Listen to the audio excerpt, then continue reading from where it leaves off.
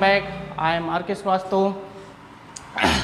आज हम लोग फर्स्ट टॉपिक शुरू कर रहे हैं, टाइम एंड टेंस, जो ग्रामर का बहुत हैंडसम चैप्टर है, हैंडसम टॉपिक है ये। और इसे बिना पढ़े हम कोई भी सेंटेंस को सॉल्व नहीं कर सकते, ना ही उसको ट्रांसलेट कर सकते हैं, और ना ही हम किसी भी बात को बोल सकते हैं किसी से इंग्लिश में। ऐसा हो ही नहीं सकता है कि बिना टेंस पढ़े हुए आप कोई सेंटेंसेस किसी को बोल दें या राइट कर लें। तो उसके लिए हम लोग को सबसे पहला टॉपिक पढ़ना होगा टाइम एंड टेंस। और हम जानते हैं कि टाइम एंड टेंस है क्या। सबसे पहले इसको समझें कि टाइम और टेंस में क्या डिफरेंस है। तो आइए, टाइम और टेंस, ऐसे सब किसी को पता है कि टाइम जो होता है वो समय को बताता है, और टेंस जो होता है ये काल बताता है। ठीक है, तो टाइम ऑलरेडी क्या है, टाइम भी तीन तरह से है और टेंस भी तीन तरह से। लेकिन सबसे पहले टाइम को तीन फॉर्म में डिवाइड किया जाता है, तो वो प्रेजेंट, पास्ट और फ्यूचर लेकर आता है। उसी तरह से आपका टेंस होता है, टेंस भी तीन तरह से होता है। तो एक एक करके टाइम और टेंस को अच्छे से एकदम शांति से इसको समझ लें, ताकि सब लोग को लिखने में भी कोई दिक्कत ना हो और समझने में भी कोई दिक्कत ना हो। Time is a universal truth. क्या बोलेंगे? Time is a universal truth. आज से कोई भी पूछता है कि टाइम क्या होता है, तो आप क्या बताइएगा? Time is a universal truth. Time is a universal truth. It is non grammatical terms. क्या बोलेंगे? It is non grammatical term. ये ग्रामेटिकल टर्म नहीं है। It has three forms. It has three forms. इसके तीन फॉर्म्स होते हैं, जो कि एक यहाँ पे बताया गया है, प्रेजेंट टाइम, और दूसरा पास्ट टाइम, और तीसरा फ्यूचर टाइम। तो ये जाने आप कि टेंस जो होता है वो टेंस का डिफाइन कैसे करेंगे। तो आप बोल सकते हैं time is a universal truth, it is non grammatical terms, it has three forms. तो ये फर्स्ट पार्ट हुआ। सेकेंड आपका क्वेश्चन ये है कि सर हम लोग पढ़ते हैं तो कोई पूछता है कि टेंस क्या है। तो टेंस, सबसे पहले टेंस जाने, टेंस क्या होता है। तो tense is the concept of verb. Tense is the concept of verb. It has also three forms. सीधी सी बात है कि ये जो होता है ये वर्ब का कॉन्सेप्ट होता है। बिना वर्ब स्टडी आप टेंस सॉल्व नहीं कर सकते हो। तो tense is the concept of verb. It has also three forms. इसके भी तीन फॉर्म्स होते हैं, as present tense, past tense and future tense. Right. एक और इसका डिफिनीशन देख लेते हैं। Any of the forms of the verb that may be used to indicate the times of action or state expressed by the verb is called tense. Right? अब ये बातें को जो है, ये जो अभी आप इंग्लिश में सुने या देख रहे हैं, इसको पोज करके लिखते रहें। जैसे any of the forms of the verb that may be used to indicate the time of action or state expressed by the verb is called tense. क्रिया का कोई भी रूप जिसके द्वारा कार्य संपादित होने के समय या स्थिति का पता चले, तो वो क्या कहलाता है? टेंस कहलाता है। तो अभी हमने जाना टेंस और टाइम के बीच में डिफरेंसेस मालूम हुआ कि टाइम और टेंस क्या होता है। बहुत सारे कन्फ्यूज़न होता है बहुत सारे स्टूडेंट्स का। अब मुझे उम्मीद है कि किसी को कोई कन्फ्यूज़न नहीं होगा ये दो डिफिनीशन में। सारे लोग फटाक देने बोलते हैं कि टाइम क्या होता है, टेंस क्या होता है। ये तो टाइम एंड टेंस ऐसे जनरली देखा जाए तो there is no difference between time and tense. Time और टेंस के बीच में कोई डिफरेंस है नहीं, लेकिन एक बात है सिर्फ कि टाइम जो है ये यूनिवर्सल ट्रूथ है, और टेंस जो है ये वर्ब का कंसेप्ट बताता है, ये कंसेप्ट ऑफ वर्ब है। बस ये दो बातें याद रखें। और जिस तरह से टाइम को तीन भाग में बांटा गया है, उसी तरह से टेंस को भी तीन भागों में बांटा गया है। अब जो है टेंस जो तीन प्रकार का होता है, प्रेजेंट, पास्ट और फ्यूचर। तो हम लोग प्रेजेंट का पार्ट 1, पार्ट 2, पार्ट 3 करके ऐसे करके पढ़ेंगे ना। उसमें सबसे पहले सिंपल प्रेजेंट टेंस होता है। सिंपल प्रेजेंट टेंस का पार्ट 1 चलेगा। ऐसे ये क्लास बहुत लॉन्ग टर्म तक चलेगा, लेकिन एक एक क्लास जो है, एक एक टॉपिक जो है एकदम बेसिकली पढ़ाया जाएगा, बिल्कुल बेसिक से होगा। और जो भी कंसेप्ट होगा एकदम खतरनाक कंसेप्ट आपको बताया जाएगा। ओके, तो हम लोग नेक्स्ट टॉपिक पर चलेंगे, प्रेजेंट टेंस। प्रेजेंट टेंस जानेंगे। प्रेजेंट टेंस क्या है? सबसे पहले प्रेजेंट टेंस का डेफिनेशन जानते हैं, the change in the form of a verb according to present time is called present tense. एक बार और सुनो, the change in the form of a verb according to present time is called present tense. वर्तमान समय के अनुसार क्रिया के रूप में परिवर्तन को प्रेजेंट टेंस कहा जाता है, राइट। वर्तमान समय के अनुसार क्रिया के रूप में परिवर्तन को प्रेजेंट टेंस कहा जाता है। अब इसकी भी काइंड्स है, इसका भी प्रकार है कि ये कितनी प्रकार के होते हैं। फॉर्म्स ऑफ प्रेजेंट टेंस, यानी कहने का अर्थ है कि प्रेजेंट टेंस को कितनी तरह से इंट्रोड्यूस किया जा सकता है, प्रेजेंट टेंस को कितनी तरह से फॉलो किया जा सकता है, किया जाता है।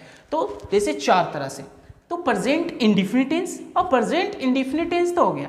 एक और प्रेजेंट टेंस का नाम होता है जिससे सिंपल प्रेजेंट टेंस, इसमें कंफ्यूजन नहीं होना चाहिए, दोनों एक ही हैं। सिंपल प्रेजेंट टेंस हो या प्रेजेंट इंडेफिनिट टेंस हो, बोथ आर इक्वल।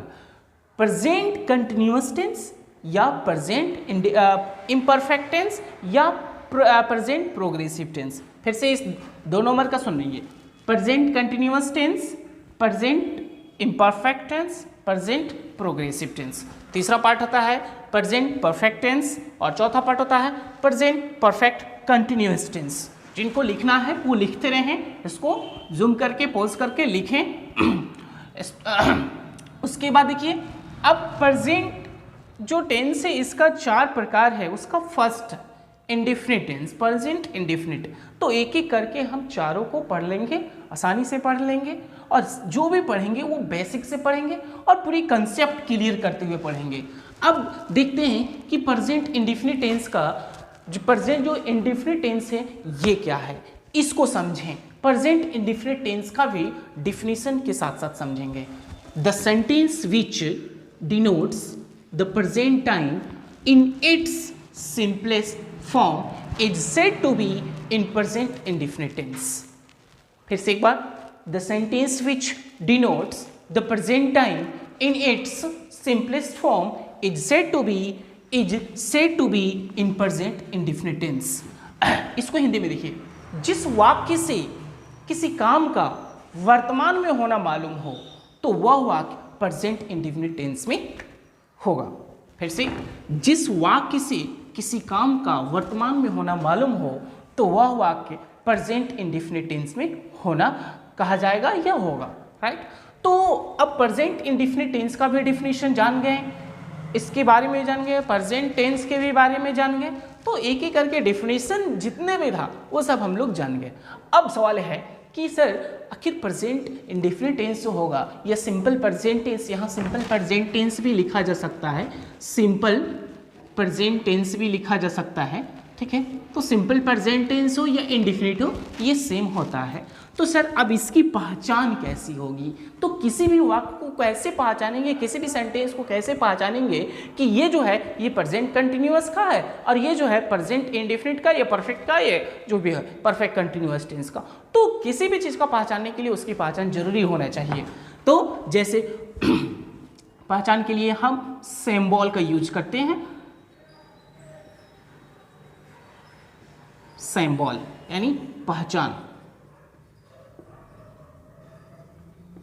अब पहचानेंगे कि ये जो है सिंपल प्रेजेंट टेंस आखिर कैसे होगा, कैसे मालूम करेंगे कि ये यही सिंपल प्रेजेंट टेंस है अन्यथा नहीं है। देखिए,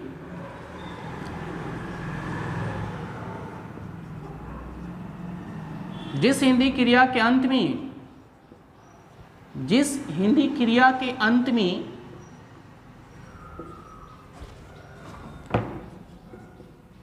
ता हूं, ता है, सबको ये अपना अपना कॉपी लेकर लिखें। ता हूं, ता है, ती है, ते हैं,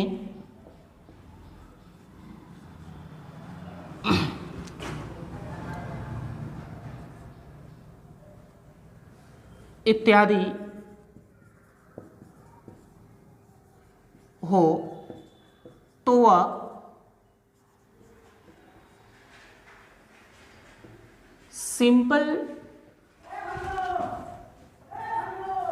प्रेजेंट टेंस में होगा, तो वो सिंपल प्रेजेंट टेंस में होगा। फिर एक बार बता दें कि सिंपल प्रेजेंट और प्रेजेंट इंडेफिनिट टेंस सेम होता है। ठीक है, तो जान लिए कि सिंबल क्या होता है, इसकी पहचान क्या होता है। जिस हिंदी क्रिया के अंत में ता हूं, ता है या ती है या ते है, किसी भी क्रिया के अंत में अगर ता है, ती है, ता हूं ये सब अगर हो तो वो सिंपल प्रेजेंट टेंस होगा। राइट, उसमें कोई डाउट नहीं है, एकदम ये सत्य है कि जिस क्रिया के अंत में ता, ते, ती ये सब रहता है तो वो जो होगा वो सिंपल प्रेजेंट टेंस होगा। राइट, अब इसका स्ट्रक्चर देखते हैं। ये स्ट्रक्चर जो होता है सेंटेंस की बनावट, सेंटेंस जो होता है वो कैसे बनेगा, सेंटेंस को सॉल्व करने के लिए स्ट्रक्चर की जरूरी होगी। विदाउट स्ट्रक्चर आप सॉल्व नहीं कर सकते हो। आप जान गए कि ये सेंटेंस वो है कि यानी राम आम खाता है, मोहन स्कूल जाता है, तो ये तो सेंटेंस मालूम है कि R.K. श्रीवास्तव अंग्रेजी पढ़ाते हैं, तो लेकिन पढ़ाते हैं तो अब वो सेंटेंस ये वाक्य जो ये किस टेंस का है अब ये मालूम करना होगा। तो जब मालूम हो जाएगा कि ये प्रेजेंट टेंस का है और प्रेजेंट टेंस में सिंपल प्रेजेंट टेंस का है, तो सवाल ये होगा कि अब इसको बनाया कैसा जाए, तो उसके लिए स्ट्रक्चर की जरूरत पड़ेगी। तो स्ट्रक्चर अब नोट करेंगे। तो सबसे पहले अफर्मेटिव का स्ट्रक्चर देखते हैं। अफर्मेटिव, तो अफर्मेटिव का स्ट्रक्चर क्या होता है? Subject plus V1 oblique V5 plus object, subject plus V1 oblique V5 plus object. अब सवाल ये है, एक एक करके हम इसको क्लियर करते चल रहे हैं, फिर बाद में नेगेटिव स्ट्रक्चर का क्वालिफाई करेंगे लोग, उसका क्या विशेषता है, उसकी में क्या यूनिक चीज़ है उसको बताएंगे। सबसे पहले स्ट्रक्चर नंबर 1 देखते हैं कि subject plus V1 oblique V5 plus object. बहुत सारे स्टूडेंट को प्रॉब्लम क्रिएट होगा कि सर ये V1 और V5 क्या होता है। तो इसके लिए वर्ब फॉर्म्स होता है, जो वर्ब फॉर्म्स होता है वो 5 होता है। वर्ब फॉर्म्स, वर्ब फॉर्म्स जो होता है वो 5 होता है, V1, V2, V3, V4 और V5। इस ये जो है ये फॉर्म्स भी टेंस आप पढ़ रहे हो तो इसको याद करना पड़ेगा। बिना इसको याद किए हुए आगे भी आपका जो भी टॉपिक आएगा, नरेशन होगा, वॉइस होगा, तो बहुत सारे टॉपिक है, तो वो टॉपिक सॉल्व नहीं हो सकता बिना इसको स्टडी किए हुए हैं। तो जानते हैं कि V1 V5। अब बहुत सारे स्टूडेंट का ये क्वेश्चन होगा सर V1 क्या होता है, V5 क्या होता है, कैसे इसका यूजेस करना होता है। सबसे पहले हम V1 और V5 के बारे में समझ ही लें। ठीक है, देखिए कोई भी वर्ब जो होता है, कोई भी वर्ब यानी मेन वर्ब, ठीक है ना, कोई भी जो मेन वर्ब है, ठीक है ना, एम भी जो होता है ऐसे लिख लें,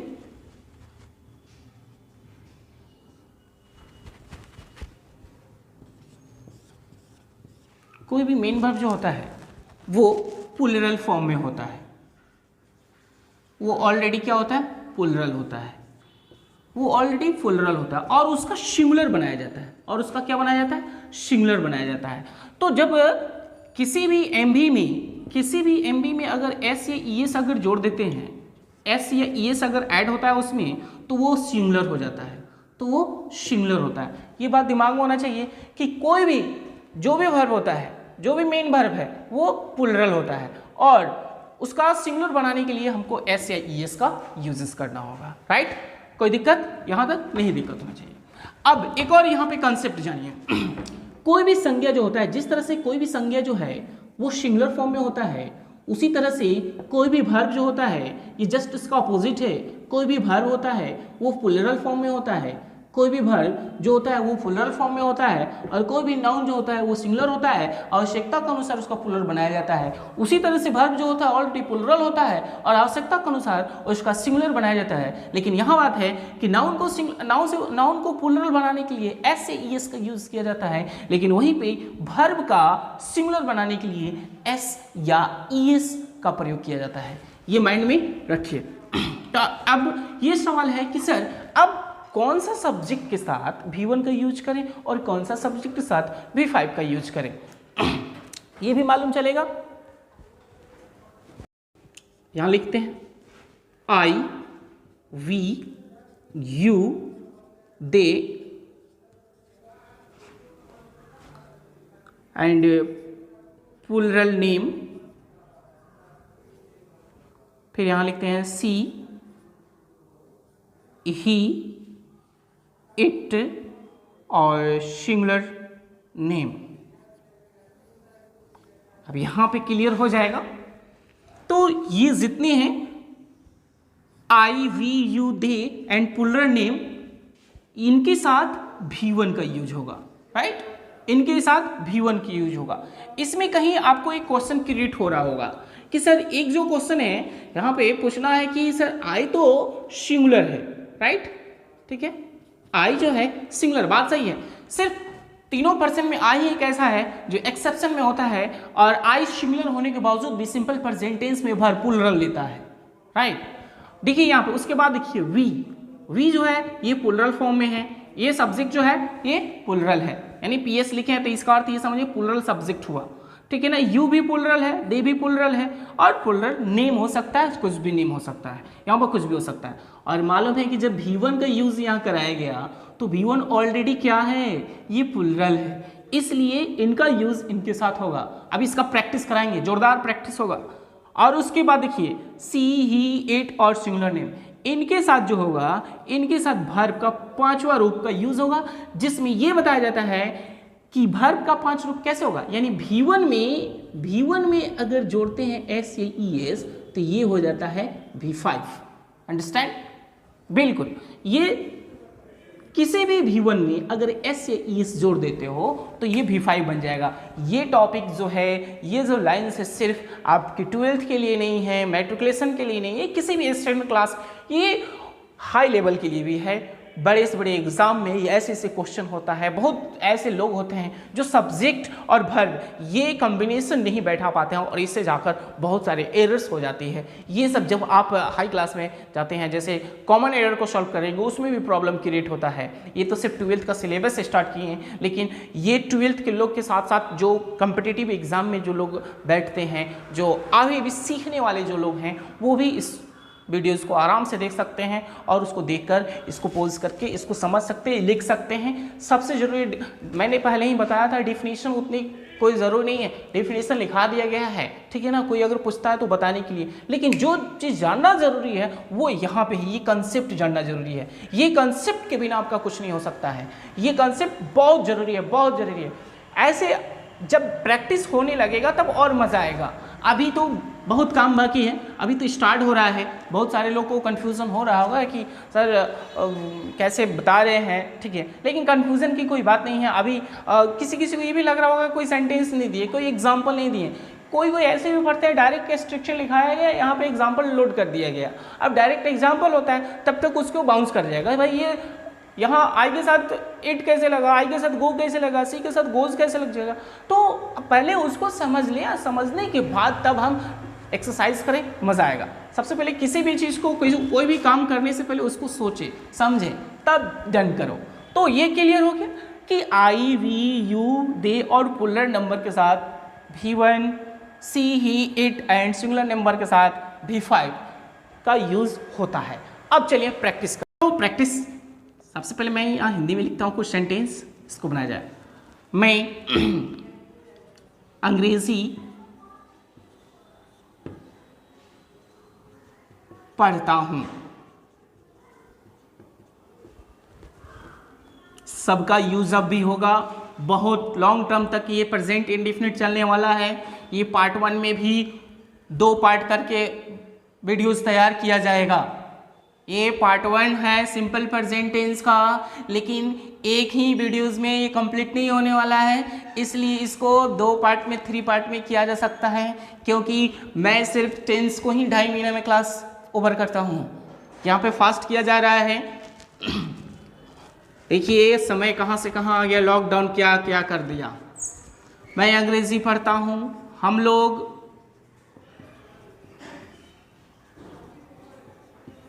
अंग्रेजी पढ़ते हैं।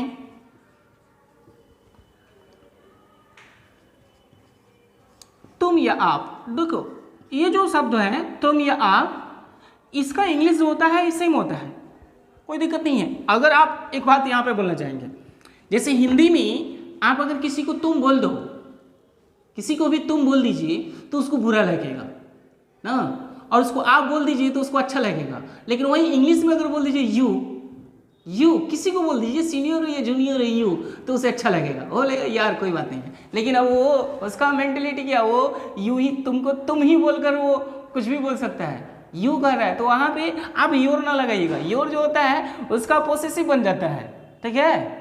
यू सब्जेक्ट का काम करता है, योर नहीं।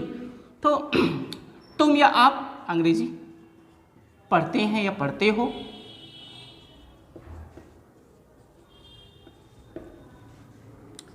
वे लोग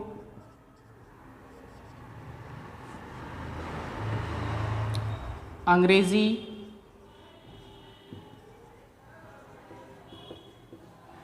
पढ़ते हैं। रिया और प्रिया, ये जो भी ऑफलाइन क्लासेस में जो भी स्टूडेंट्स पढ़े होंगे, ये कुछ नाम देखकर उनको ज़्यादा खुशी महसूस हो रही होगी। रिया और प्रिया अंग्रेजी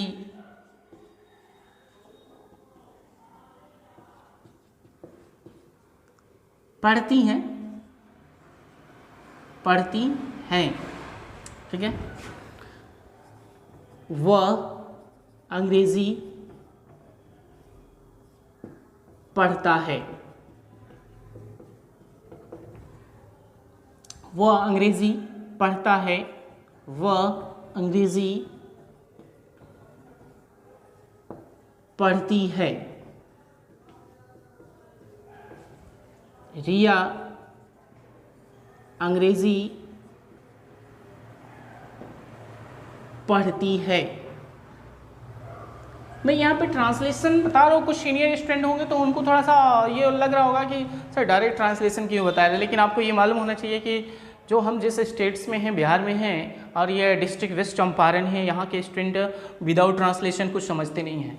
उनको ट्रांसलेशन पहले बताना होगा, और इस ट्रांसलेशन के ज़रिए से वो बड़ी बड़ी सेंटेंस को कंप्लीट कर सकते हैं, उसको करेक्ट कर सकते हैं, नहीं तो वो इनकरेक्ट करते जाते हैं। इसलिए उनको पहले इसी बेसिक से समझाना पड़ता है। ये हमारे स्टूडेंट्स हैं जो इंग्लिश में काफ़ी वीक होते हैं, इसके लिए ट्रांसलेशन बताया जाता है।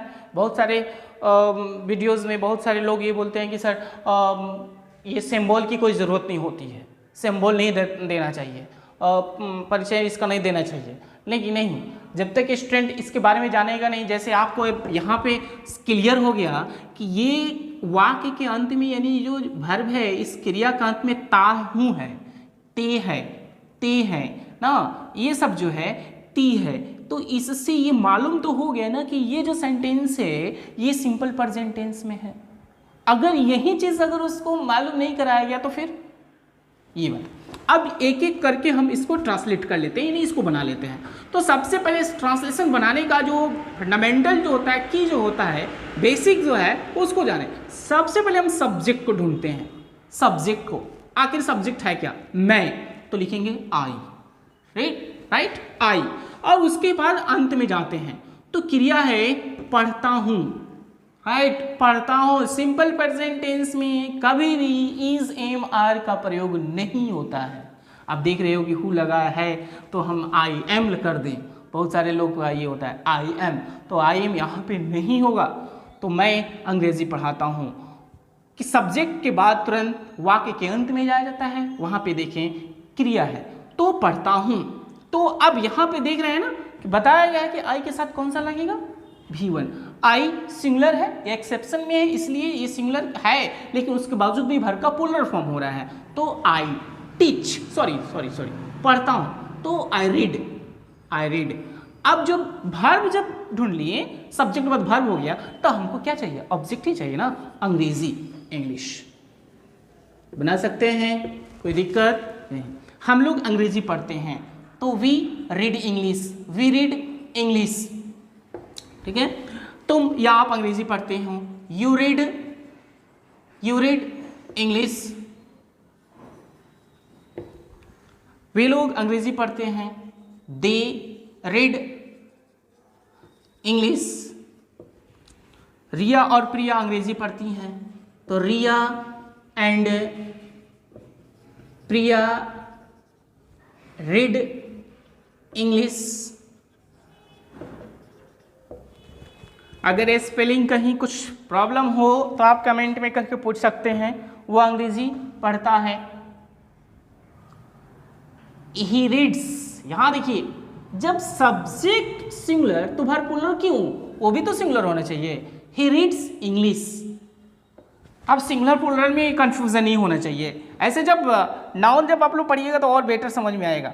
वो अंग्रेजी पढ़ती है। सी रीड्स, सी रीड्स क्या, इंग्लिश।